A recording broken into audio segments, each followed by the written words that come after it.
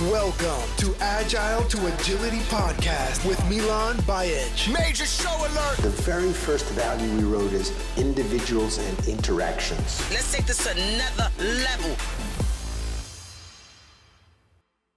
Instead of dividing work for each person from the beginning point, we get together and then we think and work together what is the best way to work out, okay, with minimum resources. Mm-hmm. And then that created a creativity that within our limited resources, what could be achieved.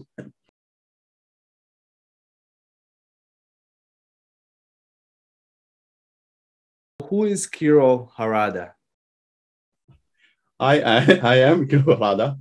So I'm a Agile coach and doing a Scrum training. But I have a background of chemical engineering. And after getting a job of product development and then doing some QA, I realized that the software is a key about improving the career. I switched my career to the software in 2000. The interesting is that in chemical engineering department in 1990s, we had to do everything. So I did a little bit computational chemistry, but if you're in chemical engineering, you get a working workstation. If you get a mechanical engineering, you have all the machines installed with it. In chemical engineering, okay, we have chemical reactors, but we have to open the computer, build a network, and then apply patches for software. We have to do everything. So chemical engineering is a kind of good place to learn various kinds of things at the same time. Then I kind of continue that way until right now. So I'm doing Agile coaching as a main profession, but as you can see the mess behind, I do a lot of things. Great, and maybe can you elaborate a little bit on your experiences in hardware and your background in hardware? Because I think it's really interesting as far as your experience in applying Scrum in hardware and just how you got into this Agile. So since I was in chemical engineering, and then I was so much interested in the mechanical engineering. So I really like to create some things that work with the physical interaction with it. And then there's a mechanical engineering way to create some working machines. But once it becomes complicated, it suddenly becomes exponentially difficult to implement it. And then we get into a small machine that's called a microprocessor. It's a good way. So since we have small electronics that can be controlled by computer, it's much easier to implement some complex move just by hardware with the software. So I'm pretty much interested with it. And then probably one of the reasons I started working manufacturing, this was a product development, but I was kind of in some movement happens with the working place. So yeah, I love working that way. Thanks. Yeah. So maybe, I wanted to talk to you and see your perspective, like Scrum and Agile methods have their roots in Japan.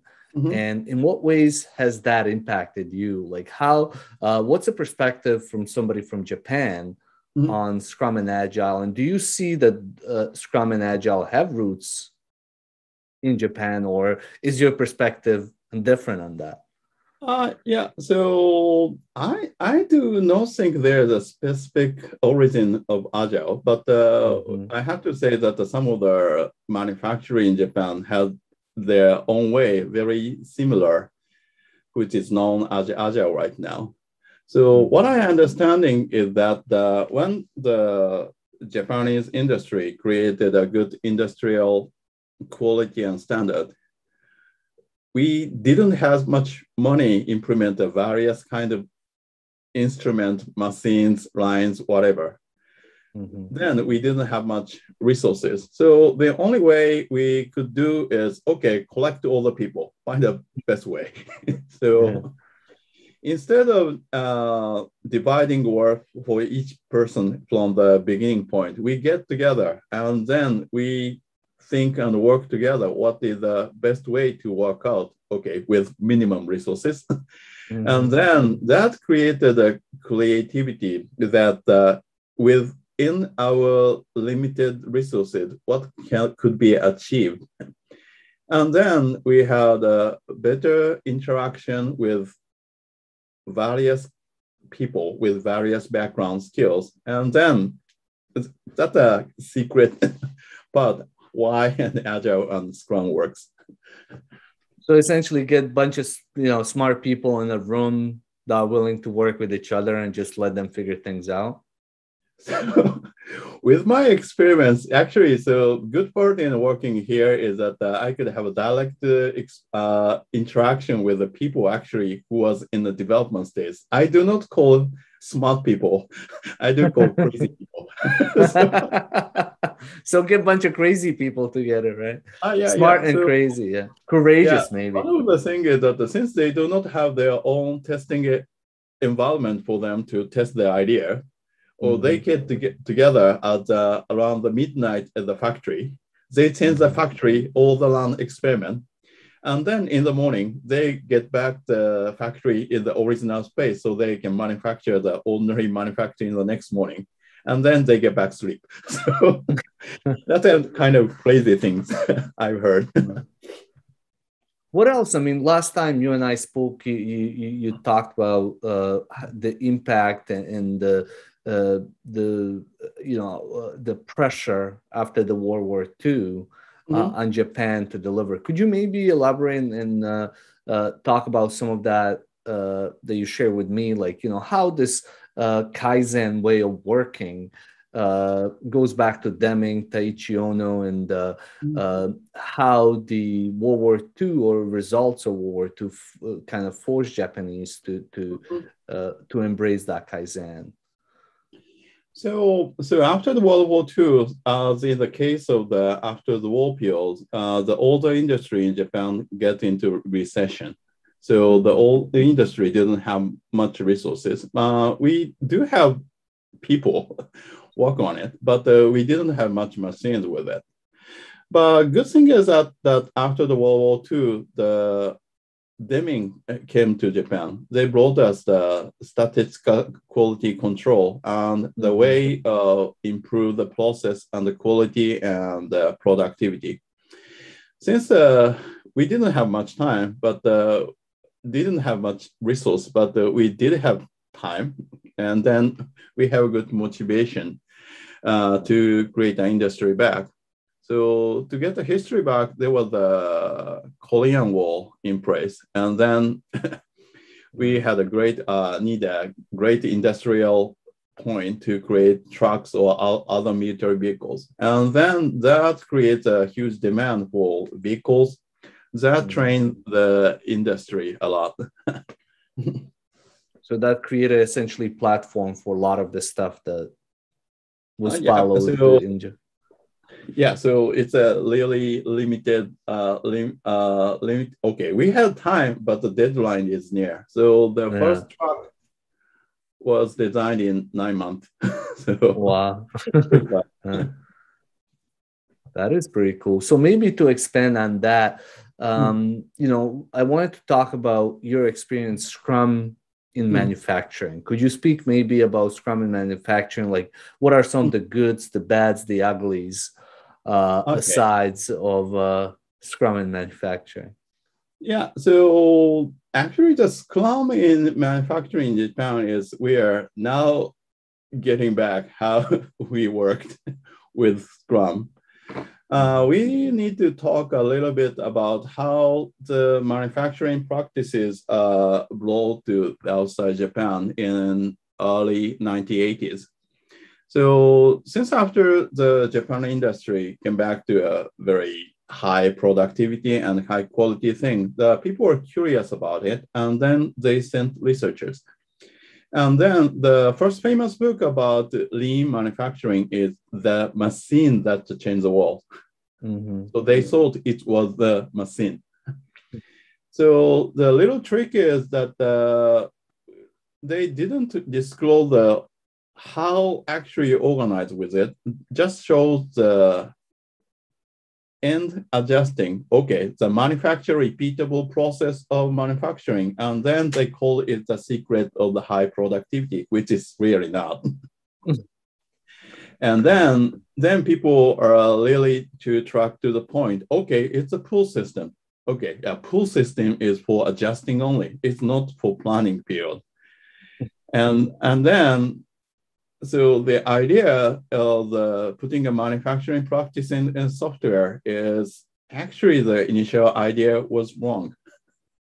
So we need to think more about how we design the manufacturing or how we design the product part of it.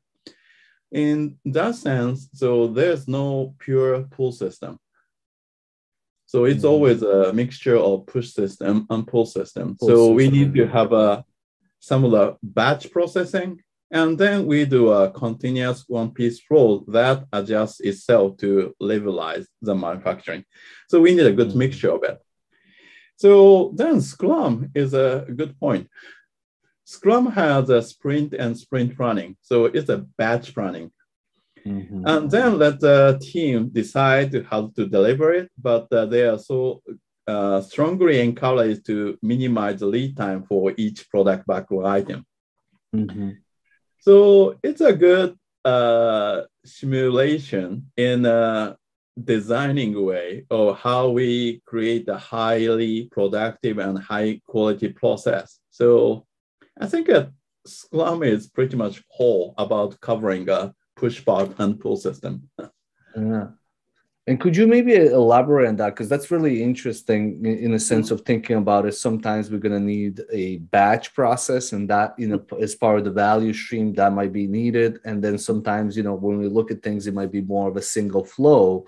Could you give us maybe an example on where, in your experience manufacturing, how do you leverage Scrum and other frameworks like Kanban, or what does it look like? Because I'm assuming that it's a custom framework in organizations, that you're not probably doing pure Scrum. Is that true, or? So there's no such thing like pure Scrum. Scrum is framework, so it's just a framework. There's nothing inside yet. Yeah. So Scrum part is that how we design value stream for that sprint. So since manufacturing, so we keep creating the same product for a certain period of time. So we have a same value stream stay in place.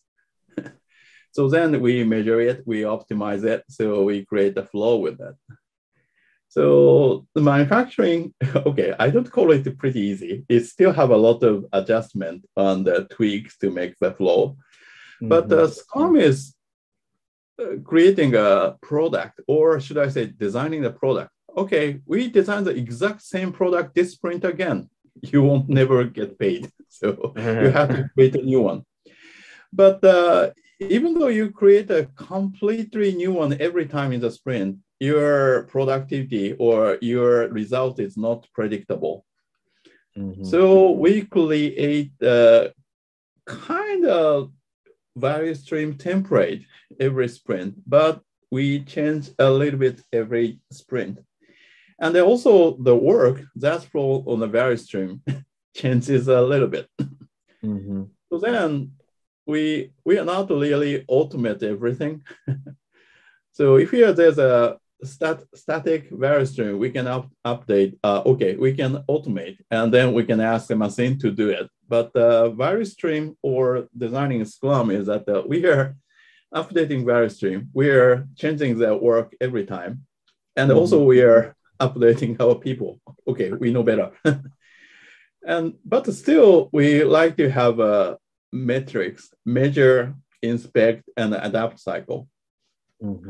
So itself is almost in the manufacturing, it's the same thing. So then Scrum is kind of say we are expanding our inspect, measure and learn and update kind of process more on a designing part of the manufacturing. Mm-hmm.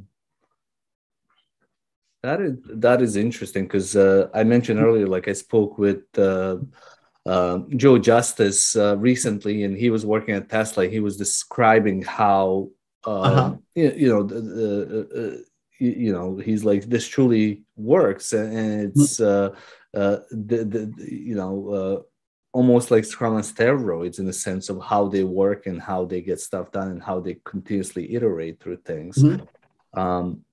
What are some of the things that you're seeing currently that are applied in manufacturing that are impressing you and with the companies that you work? Like, is there anything that impresses you? Like, wow, this is completely new way of working, or this is so actually there are several clients working on it, but in a manufacturing, so NDA is very strong. I cannot talk with these things, but they are actually utilizing the way how to improve the whole process. The one example I can share is that I'm working with a small venture audio device company. They are creating audio mixers for theaters, so multi-channel, high resolution, low latency one.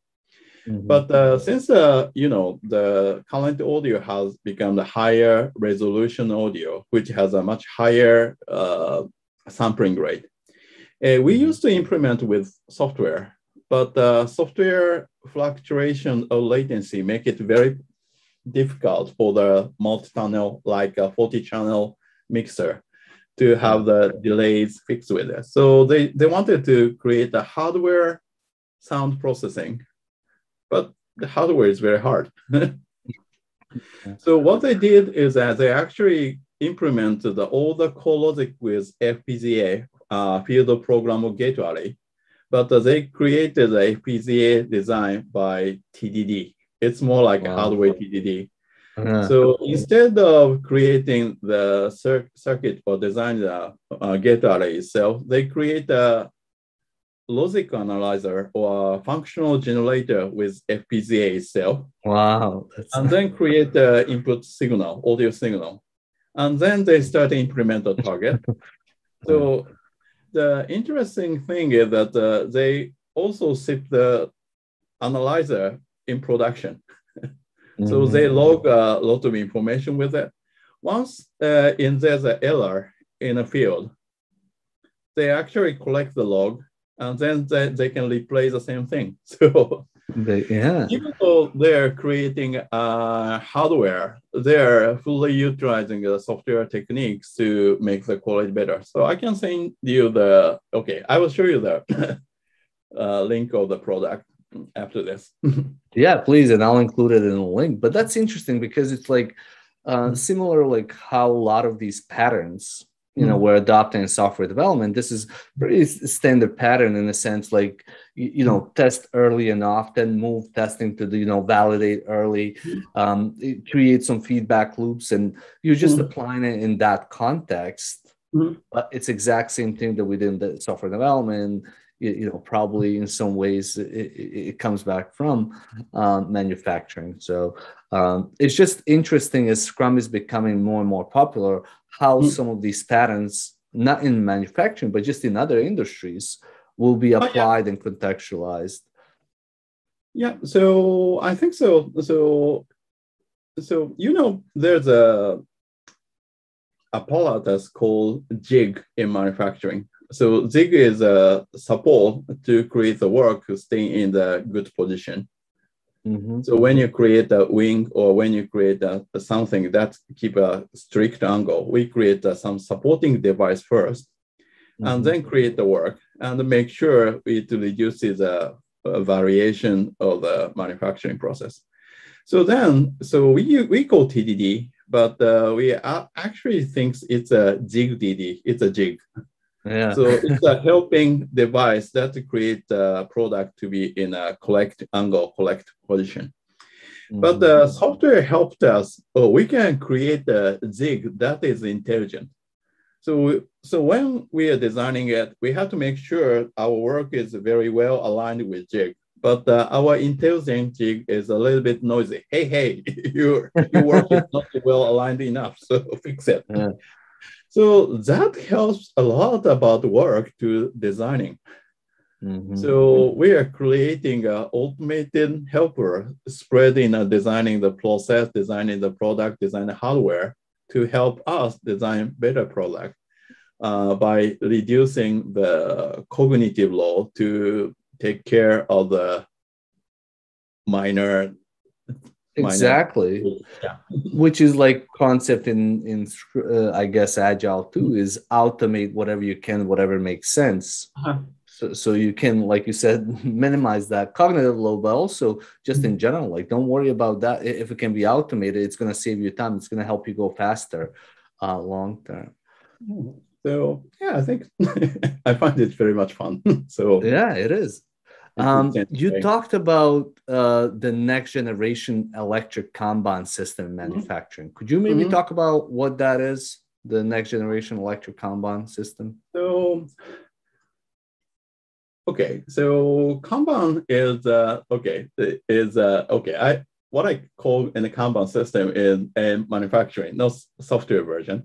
Yeah. So Kanban is about the messaging system. So we are actually telling, oh, we use that part, so please supply us with that part.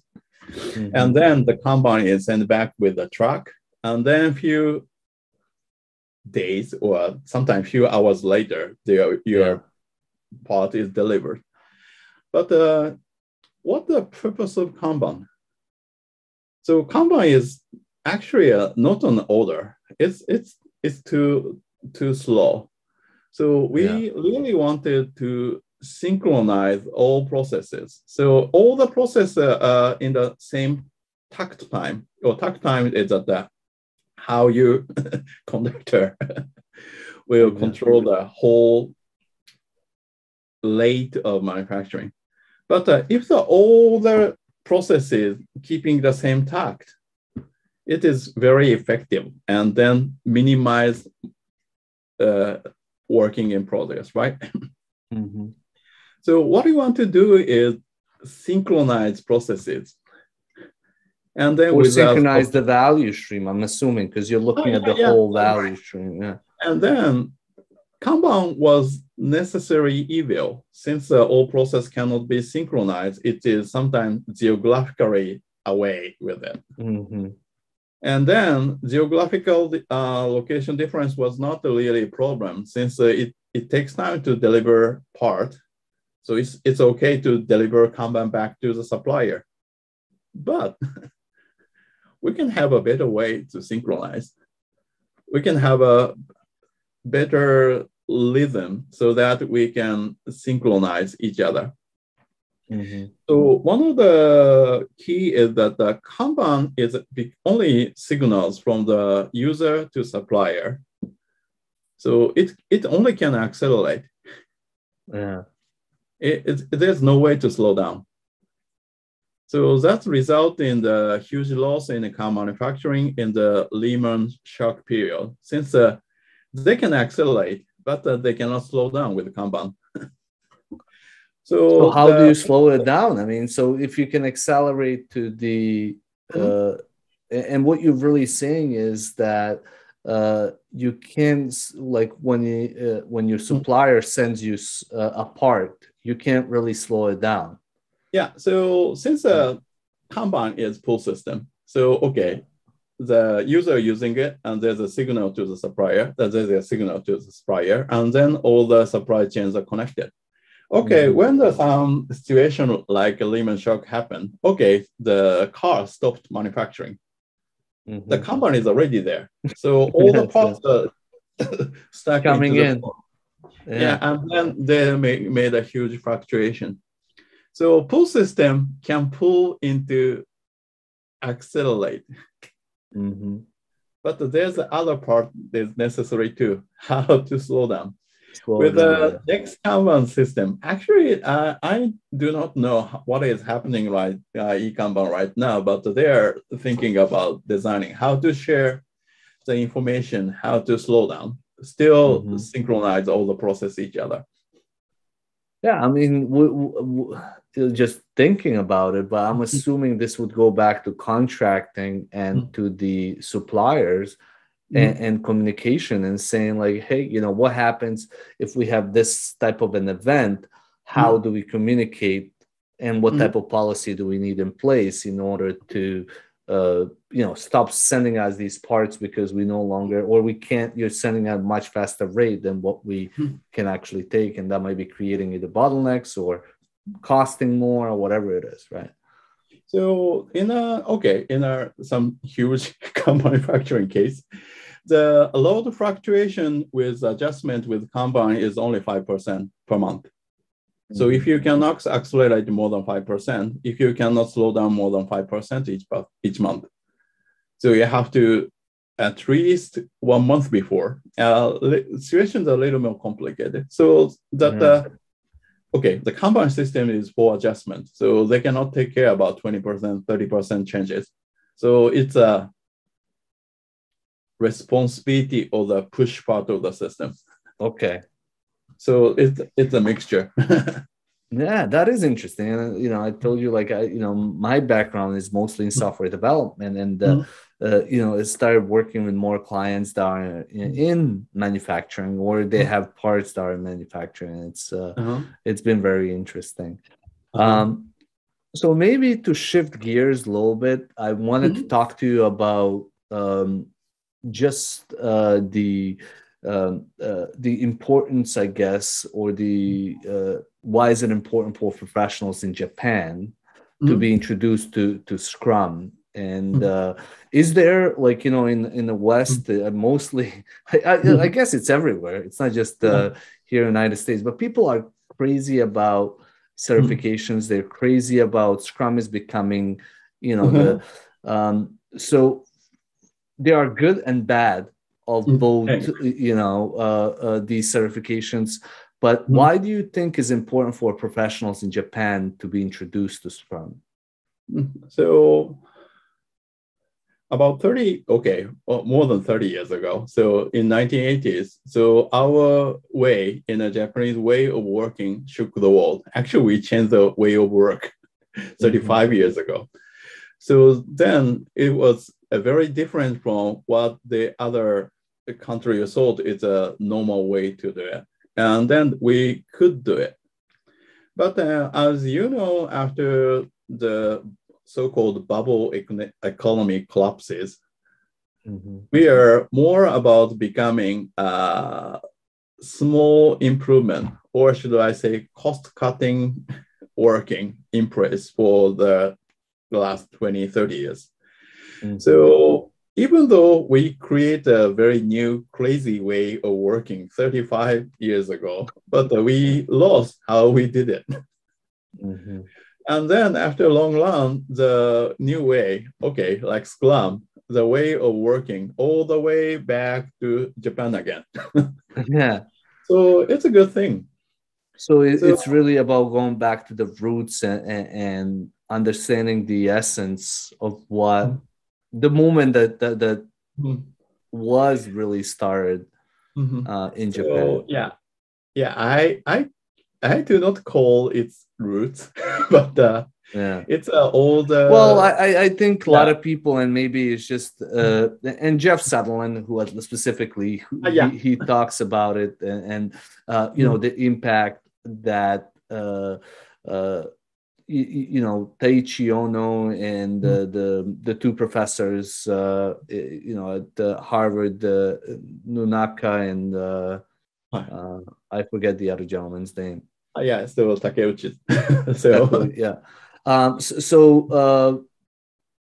They had a huge impact on his, and I think Deming obviously, and probably without Toyota and without TPS and a lot of this stuff, probably some of the stuff wouldn't be where it is, or maybe it would have shaped it differently. But so that's, I think, why a lot of people consider that lot of the roots or what was, big push came with lean and came from Japan.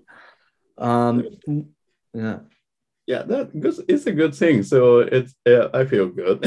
So Yeah. to be definitely that way. But the key part is that we keep learning. We keep studying other people. We keep studying other people are doing. So the key here is that after the war, so it was not after the war, it was before the war. So Toyota engineers visited the United States and visited all the factory for Ford, Chrysler, GM, and they learned a lot. But they didn't have much resource to create the exactly same manufacturing line, and they stopped by a supermarket. And then they saw a supermarket putting groceries, other on it.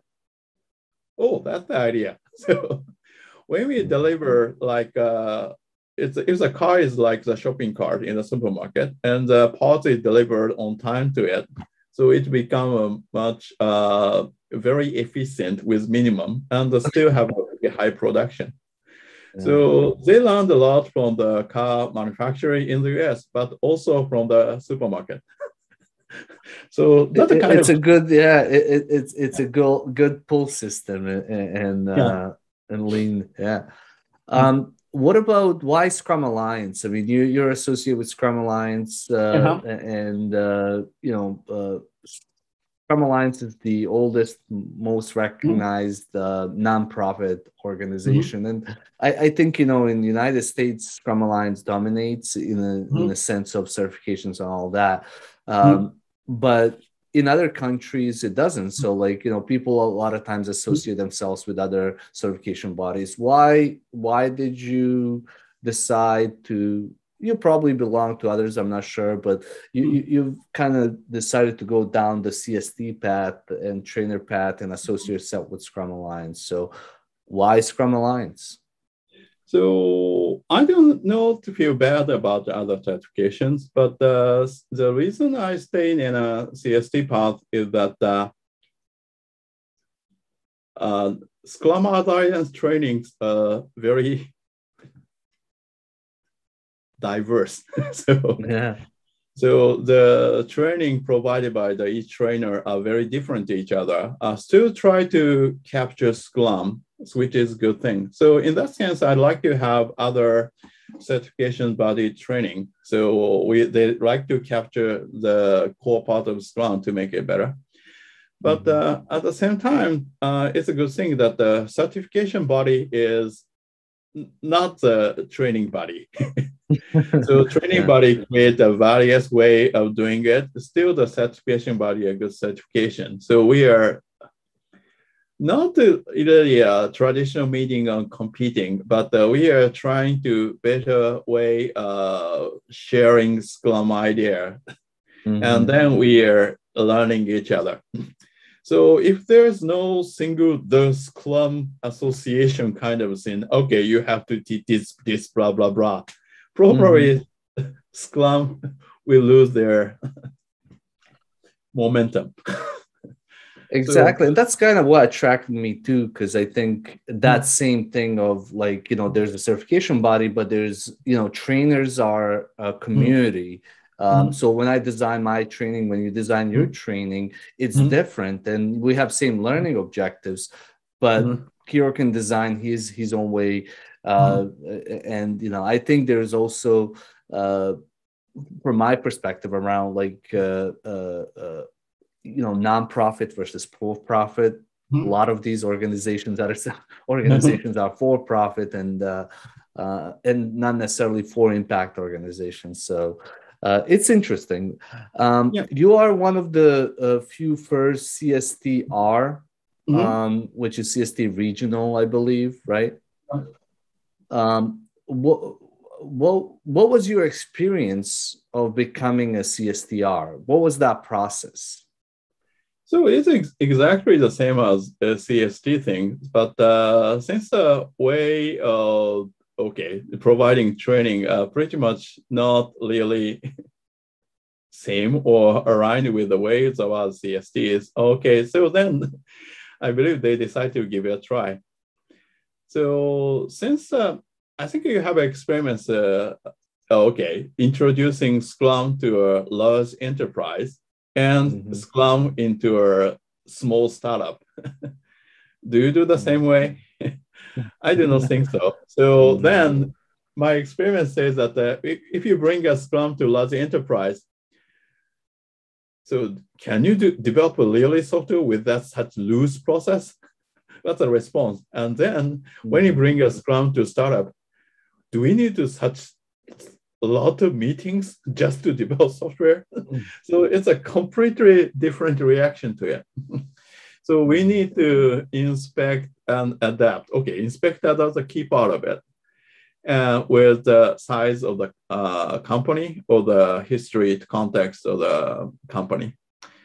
But at the same time, it applies to culture. I don't want to use the culture very light term, but the context of each country, context of each group has different background. And then it may not be a good way to have a standardized way of introducing Scrum, won't work there. So it's the same thing as I said about the variety of Scrum trainers. So it's better to have a different way of introducing Scrum and how we see how Scrum is implemented. So if it works, having a diversity is a good risk mitigating way to grow Scrum. I think so. Yeah, I think it's a kind of experiment Scrum Alliance doing right now. Yeah, and I think it's great because I do like coming from a different country, coming from a different culture. Like the challenge that I have, for instance, if I've done trainings in Serbia, Croatia, and that former Balkans area, and I've never delivered the training in Serbo-Croatian. Like I've always delivered in English, even though I'm from that country. I wouldn't be like, for me, like in people, I can tell, like if I was delivering it in Serbo-Croatian, the experience would be different. So it's same thing, like here, trainers going to Japan, training in Japanese or in English, where if people had an option for a native language and native, like somebody that has more context about what's going on, I think for those people that are looking for that type of experience would be, like you said, option, diversity, like, you know, and I think a lot of times it's a richer experience. Yeah. So interesting part is that I think when you introduce retrospectives or when introducing Scrum, it's a new concept, right? But in Japan, we learn how to do retrospective in kindergarten. I mean, so okay, small kids are collected together. So how was the day? That's what awesome. was very good. So it's a kind of the context different from it. And then we actually forget how we do it. Why not? If you did in the kindergarten, you can still do the same in the working process as well. So what went wrong today? What went well today? So it's a kind of interaction to retrospectives here. But in the the different countries, so there's a different way of introducing it. I think it's we'll say it's a pilot. And what are you seeing as benefits of the CST-R program? Like, what have you gained from becoming a CST-R? What are the benefits of what benefits does CST-R offer? Yeah, actually, so I can start. Yeah, okay. I can start providing such CSM classes here without inviting CSTs on site. So yeah, I really love to invite CST on site and teaching together. But because of this COVID-19 situation, it's a little bit hard to invite people. And then remote context, Zoom context, a little bit harder to share context. I really like to resume inviting CSTs, so including you, coming to Japan to teach together and then share the findings. I would love to, I don't know about I would love to visit, maybe do one class, but I've never been to Japan, and I would. But meanwhile, so we can continue providing certified trainings here in native language. Actually, capture some of the people who are not really keen on having English classes. So we are certainly expanding acknowledgement of the Scrum in the market. And also there are some good Scrum practitioners here, and then who are not really eager to apply for CST because of language barriers. So yeah, still the process involves some English, but we can start encouraging people. Okay, so there may be a other way, even though your English is not fluent enough to get through the English interviews in English. So there should be a way. Of course. What was your experience? I mean, like my experience, I mean, like for those of you, I think some of the listeners might be familiar with the Certified Scrum Trainer process. Some of you may not, but it's a multi-year, very long process that requires a lot of things, including persistence. And from your perspective, what message do you have for somebody that is thinking about going that path? Like reflecting back, maybe doing a little retrospective here. What would you do differently? What would you do the same when it came to the CST-R program? Okay, so one of the key retrospective idea is that I could have started earlier.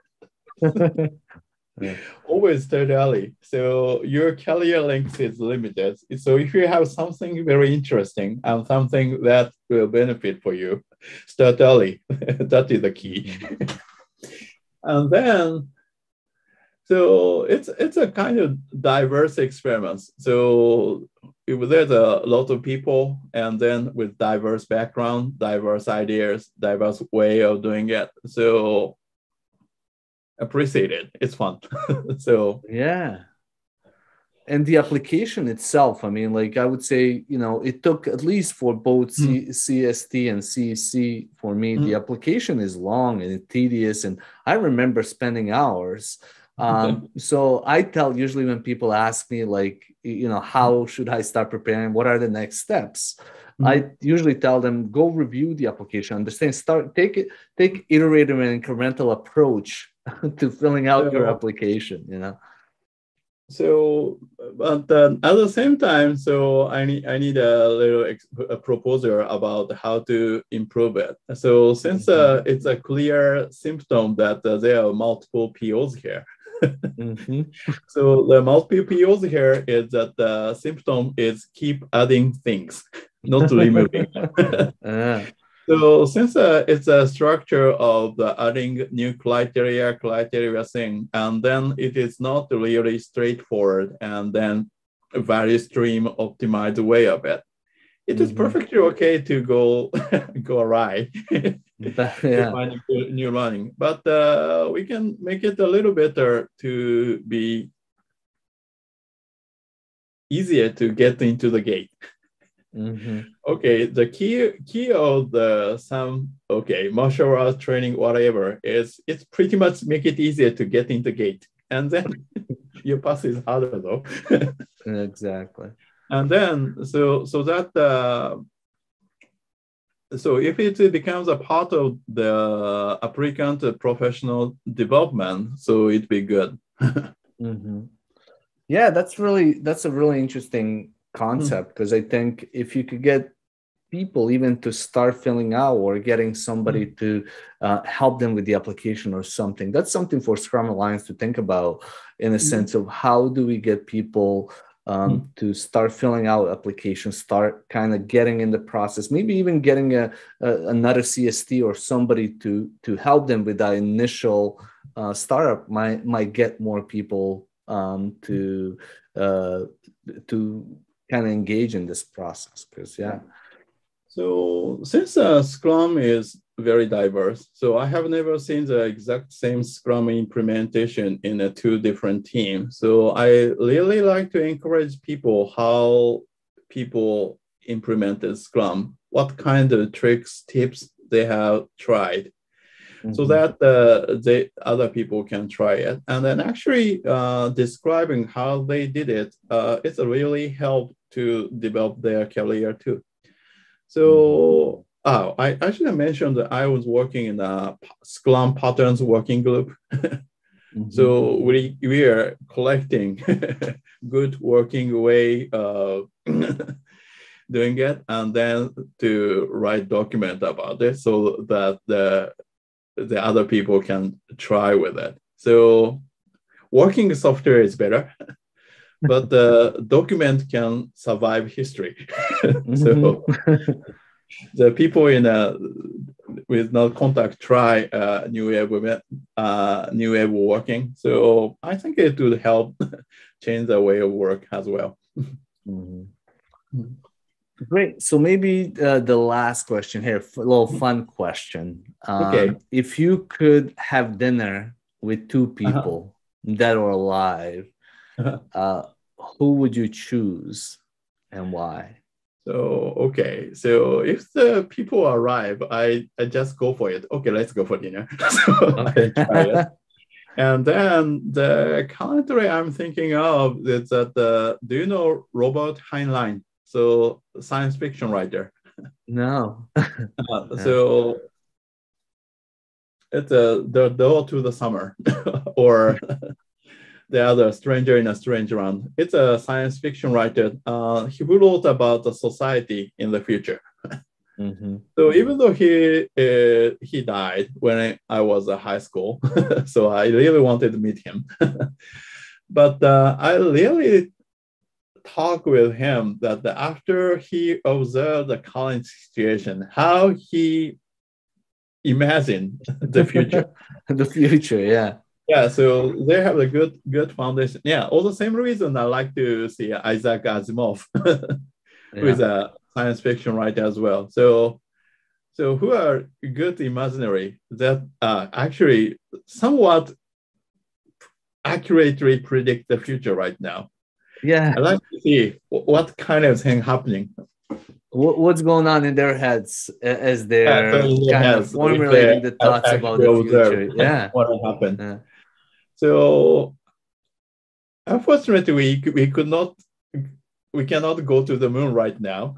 We have imagined when I was a kid, but okay, this smartphone changed the way. So we can talk everywhere, we can see everywhere, we can send pictures. Oh, that's changed a lot. So, but we'll see the change a lot, and I'm looking for it.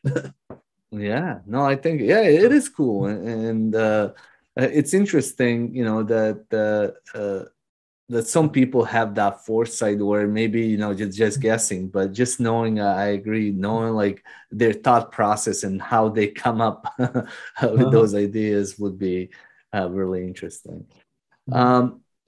Is there anything else that I didn't know to ask you, but if you were me, you're like, oh yeah, I would have asked him this question?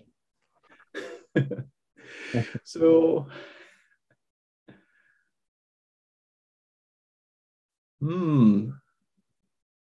yeah. What's something like that you worked on, or maybe something that I should ask you, but I just didn't know. Some of I will talk about my April Fool project I did a few years ago, which is a lazy manifesto. Yeah, it's a joke site for the April thing, but I'm seriously joking. So I really like to have all the team to become creative, innovative, and crazy how to new things. And the key part is how they can become lazy. And then how to finish the ordinary drudgery work in a controlled manner. And then some people, especially some teams in here probably, they work so hard. they try to finish all the tasks by hand with perfect quality. And then they're too tired to do something crazy. So be lazy or try to, not to do the task. Probably it won't hurt anything. Mm-hmm. So you have some slack time, you have some free time, you have some free resources, and then there's some crazy toys around. That's where something new happens. Mm-hmm. So I really like to, all the teams have such kind of slack or free time Mm-hmm. to do something crazy.